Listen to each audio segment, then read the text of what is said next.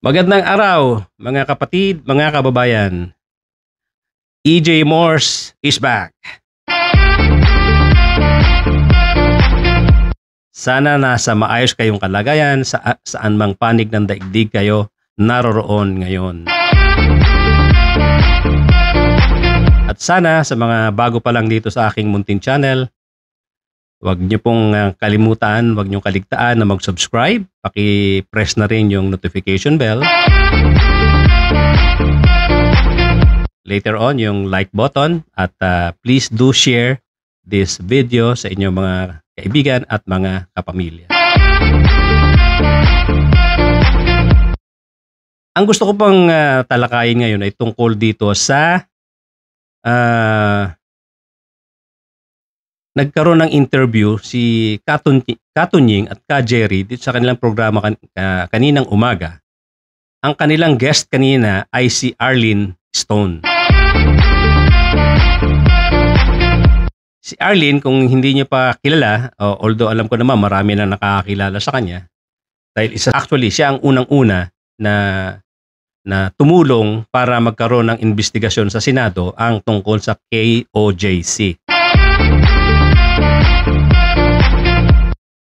At ang mga nakakagulat na revelation kanina sa interview nila Katunying at Ka Jerry ay kanina ko rin lang narinig kay Arlene Stone.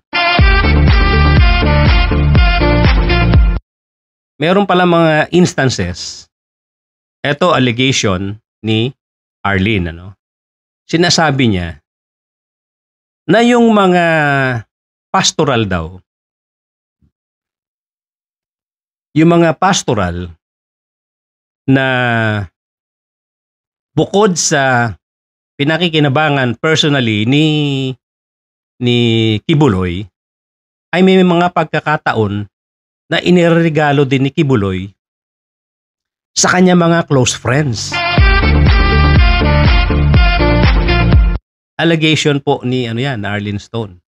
At sinabi niya na ang isa sa mga sinasabi niyang close friends ni Kibuloy ay itong si former President Digong Duterte.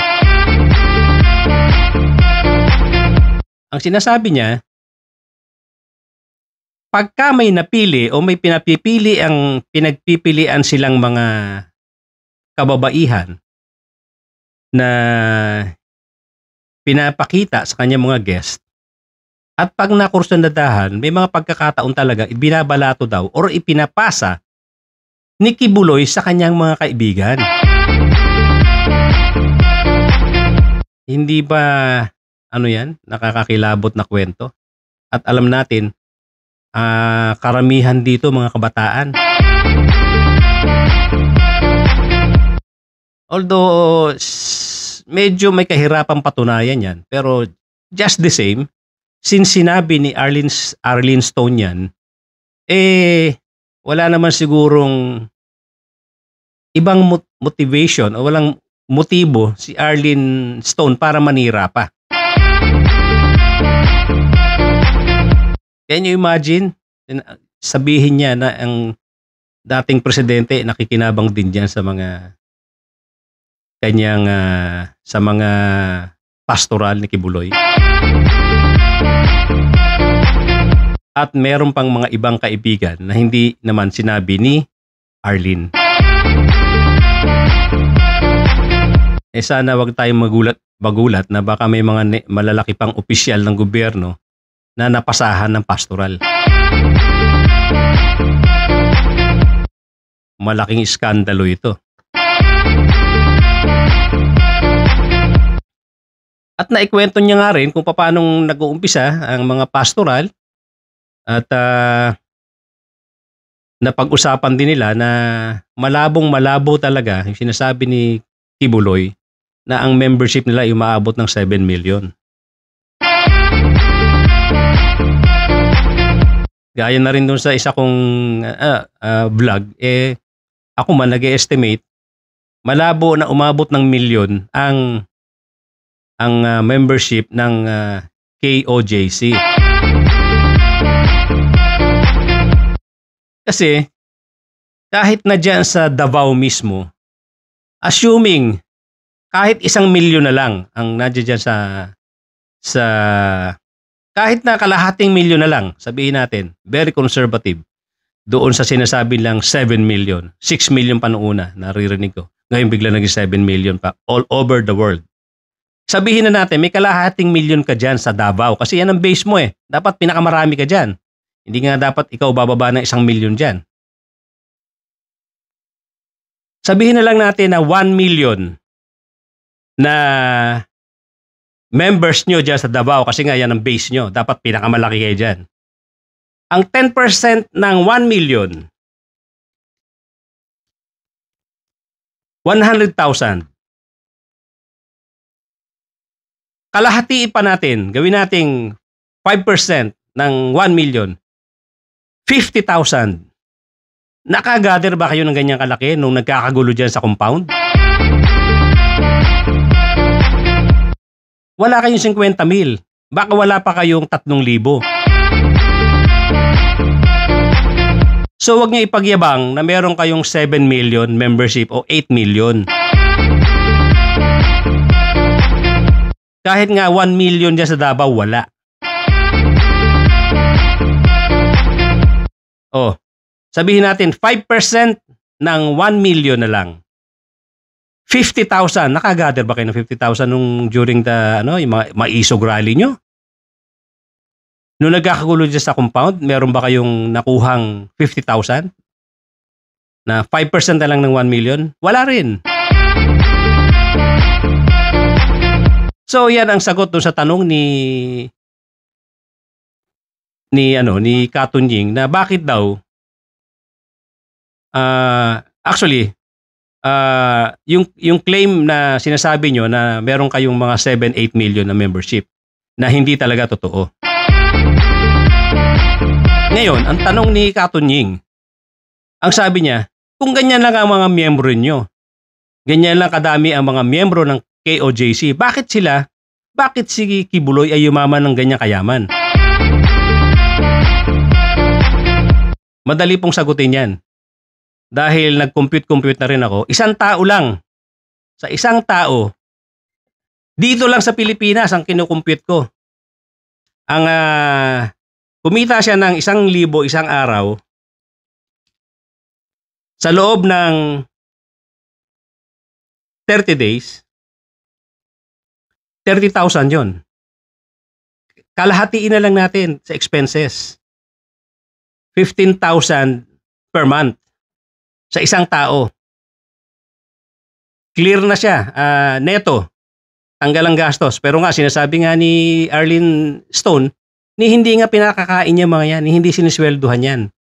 Pero conservatively, sabihin natin 1,000 isang araw yung kikitain ng pagtitinda-tinda ng mga bata kung saan, mga candy, mga puto kutsinta. Hinati ko para pamasahe, etc. Conservative, pagkain niya.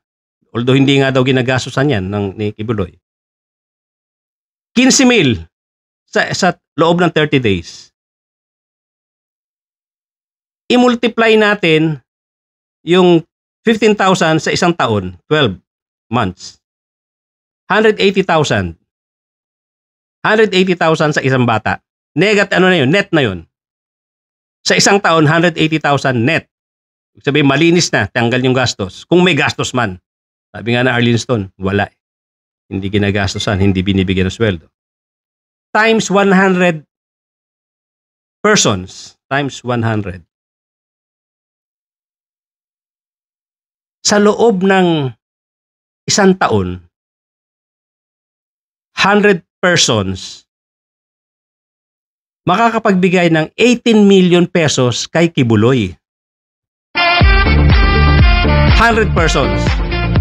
Ang balita ko, hindi nga lang, sabi nga ni Arlene, hindi lang, mga 300 daw yan sa lahat-lahat ng mga umiikot na kabataan. At hindi pa ito dolyar. Paano na lang yung sa Canada, sa US, sa Dubai, etc. na dollars.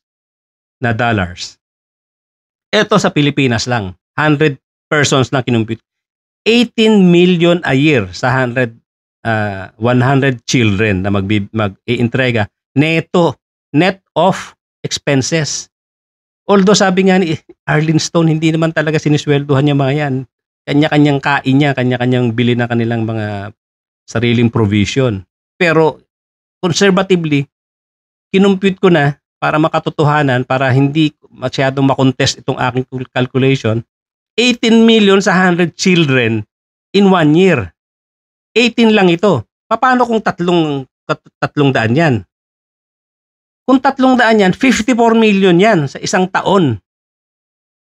54 million sa isang taon. Dito lang sa Pilipinas. Meron pa diyang may mga pera, nagta-tithing, 10% na kanilang mga income, ibinibigay sa simbahan nila. Wala pa yan. Wala pa rin yung mga dollar earners doon sa ibang bansa na ganyan din yung trabaho, nagtitinda-tinda, nagpapanggap, nagsusulisit. So napakalaki talaga.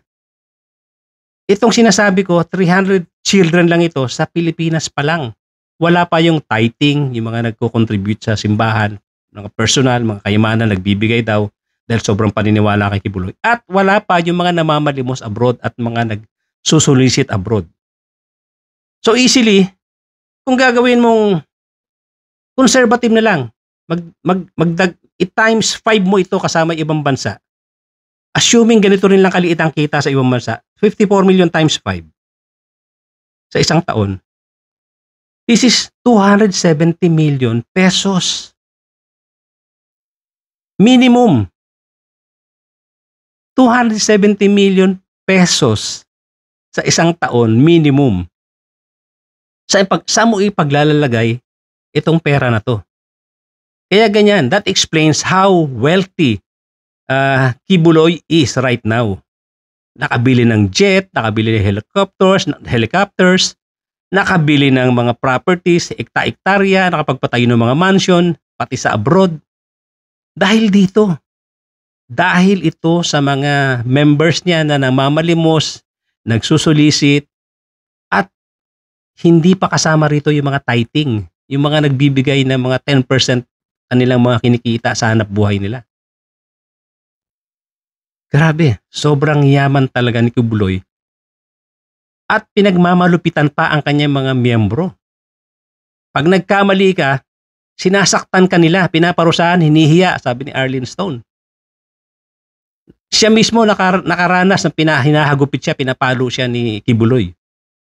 Hinihiya sa harap ng mga ibang members pagka hindi mo mailabas yung hindi mo maintrega yung quota mo. Ang masakit pa rito, yung mga naghahanap buhay abroad, pag hindi nila ma-comply ang kanilang daily quota, inaabonohan pa ng mga tao, ng mga OFW galing sa kanilang sariling kita. Inaabono nila ang pera nila para lang hindi sila maparusahan ni Kibuloy. Ganyang klase po itong taong ito. Na sana yung mga miyembro pa dyan na hindi pa nagbabago ng isip, akala nila Diyos pa rin si Kibuloy, matauhan na kayo. Kawawa lang kayo, ginagamit lang kayo ni Kibuloy. Kawawa lang kayo. Matauhan na kayo, na brainwash kayo ng husto. Tanggapin nyo na ang katotohanan na hindi Diyos ang sinasamba nyo, kundi isang taong may madilim na plano dito sa mundo. Puro pagsasamantala, panggugulang, at lahat ng klaseng pagtitake advantage sa inyo ay ginagawa niya. Hanggang dito na lang po muna at magkita-kita tayo muli at sana ay palagi nyo akong hahanapin yung aking channel, EJ Morse. At sana yung mga hindi pa nagsusubscribe, mag-subscribe na kayo. At please hit the notification bell and like button as well. At pakishare na lang din ang video ito sa inyong mga kakilala, mga kaibigan at kapamilya. Thank you so much at magkita-kita tayong muli. Bye-bye for now.